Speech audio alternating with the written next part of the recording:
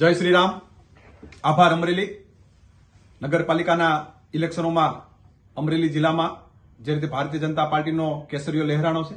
ખાસ કરીને અમરેલી જિલ્લાના તમામ ભારતીય જનતા પાર્ટીના કાર્યકર્તાઓનો હૃદયથી આભાર પણ માનું છું. જે રીતે ભારતીય જનતા પાર્ટીના કાર્યકર્તાઓ બૂથ ઉપર જઈને મહેનત કરી છે,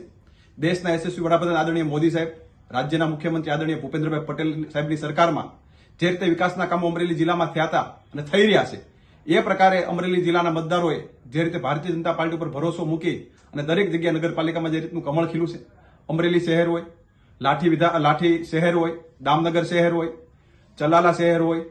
રાજુલા શહેર હોય, જાફરાબાદ શહેર હોય કે સાવરકુલા શહેર હોય, અને પેટા